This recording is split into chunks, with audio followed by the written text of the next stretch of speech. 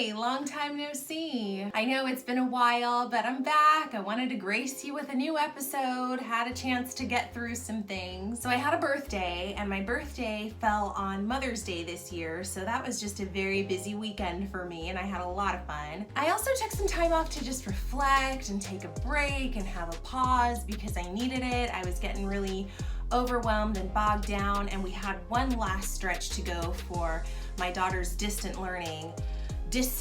learning in school, so I wanted to get the school year wrapped up with her too.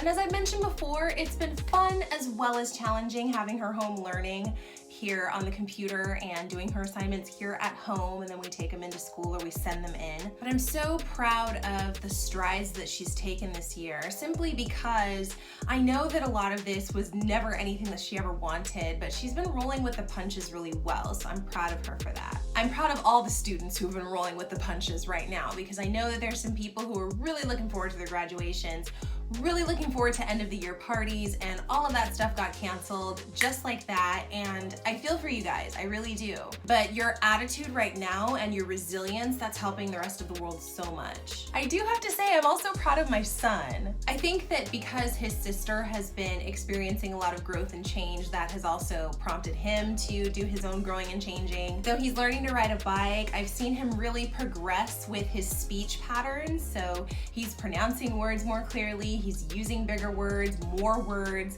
Really, really happy for him. As far as the situation in our home state, which is Florida, Florida began phase 1 of this whole pandemic, pandemic plan, I mean, is that what they're calling it? I don't know, but we started phase 1 at the beginning of May. I'm not gonna lie, it felt nice to be able to go back out and get my hair done and get a wax, but I was wearing a mask for both of those events, as was my esthetician and my stylist. Contact was also very limited. I didn't see very many other customers when I was going out to these places. I mean, it's not the same as it used to be, but I don't think anything's going to be. I personally am a fan of progress, and so I think that starting phase 1 here, even though some people might not have been ready, I think it was a good idea. So the reopening is nice, but people just need to keep in mind that they still need to be cautious. You should still be wearing a mask when you go out. I mean, they lifted the mandatory mask order here in Florida, so people don't have to, but I know that I always choose to, and my husband does as well, and I always put masks on the kids whenever we go out. So, you know, be happy, but also still be cautious. Then COVID took a back seat as something from my past and from America's past seemed to repeat itself in these last few weeks. And that is the reigniting of racial tensions in this country due to the publicizing of police brutality of Black citizens, as well as the unjustified killing of Black citizens that have not been followed up with any sort of corrective action, such as an arrest. And I'm not gonna sugarcoat it. It's really difficult, psychologically damaging to see repeated headlines about Black citizens who are being victimized, brutalized, and nobody's doing anything about it, or the agency that's supposed to do something about it, that's supposed to be protecting people, is actually the aggressor. There's not a whole lot that I can add to this conversation that hasn't already been said, but I do want to point out some observations that I'm making. The first of which being that this seems to be happening every election year. I remember it very distinctly in 2016, and now here we are in 2020, and it's happening again. I personally can't go on the emotional roller coaster of having this type of stuff thrust in my face every election year. And no, police brutality is not new. These things continue to happen on a regular basis. They just don't get amplified quite as much because the media doesn't zero in on them the way that they do when it's an election year. But back to my original point, because I can't go through this and so many other people cannot go through this, Black people, allies of Black people, and otherwise, we can't keep going through this, and so that's why the conversation needs to keep happening. The conversation needs to continue right now, and the corrective actions need to follow up the conversation right now. And you guys, the politicians who are out there speaking about these issues as if that's something that means something to them because they're trying to add to their campaign and inflate their platform somehow, those are not the playmakers. We cannot wait for them to decide to choose morality priority over their special interests. Because truthfully, why would they do that? If you've got a nice, cushy, sweet situation, why would you go and mess that up by pissing off the people who are backing you? It's a whole muddled thing, but the bottom line is I'm saying that it's up to people like me and you. We are the playmakers, not them. My family and I attended a march yesterday in honor of George Floyd, who recently died in Minneapolis at the hands of a cop who kept his knee on his neck for like 7 minutes or something crazy. And if you came here looking for the clip, you're not gonna see it.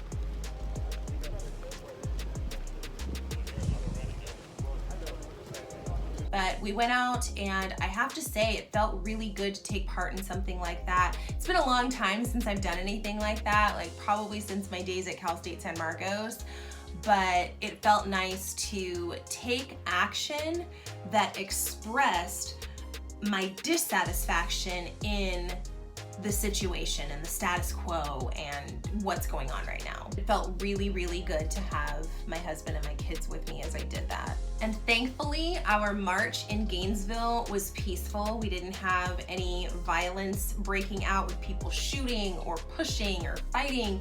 As a matter of fact, the police were actually really kind during this whole ordeal. They were speaking to us as we were marching. It was really important to me that I have my kids there with me yesterday.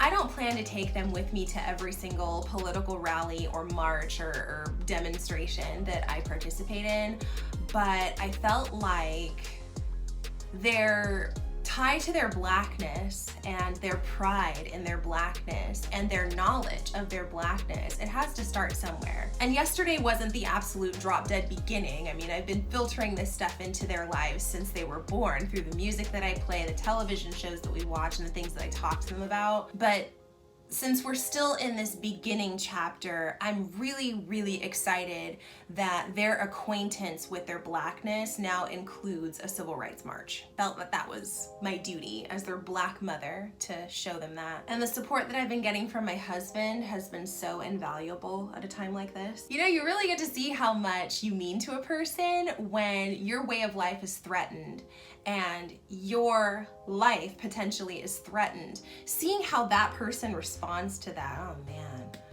I've been blown away. I mean, I knew he loved me, but I got to see how much, and that felt really good. He's just been so protective and attentive, and you know, he seems to get it when I talk to him about these things. And I like that. I like that I have that safe space right here in my relationship, in my home, because that's what everybody deserves when they're up against something like this. And recently I shared some tips on my Facebook page about how people can be allies to Black folks, because I know that there are a lot of non-Black people right now who want to do something, they want to take part, they want to help, their feelings are there, they just don't know how to go about it the right way. And I get it, there's no real manual that anybody wrote up for how to do that the right way, so I tried to write one myself. But basically, the long and short of it, you guys, is do not treat Black people like we're invisible.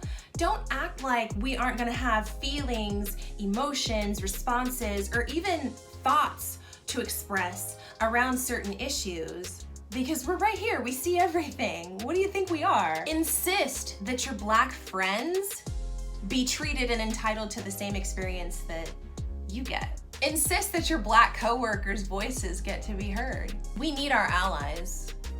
I don't think that we can do this by ourselves. We need our allies, people who have influence and power, who can use that influence and power to further the causes that help us to stay safe and even have some of the basicest of the basic of human needs. Just simple protection, being able to know that we can exist in the world without just constant threat simply because of what our skin looks like. So if you're seeking to be an ally, speak up, come forward, let your voice be heard, let your actions speak for you. There are people who are dying out here and we need your help.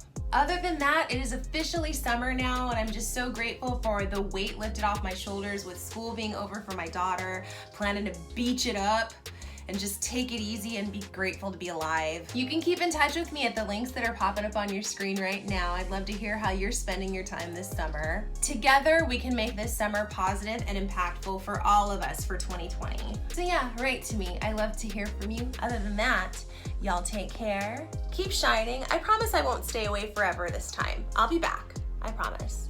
Take care.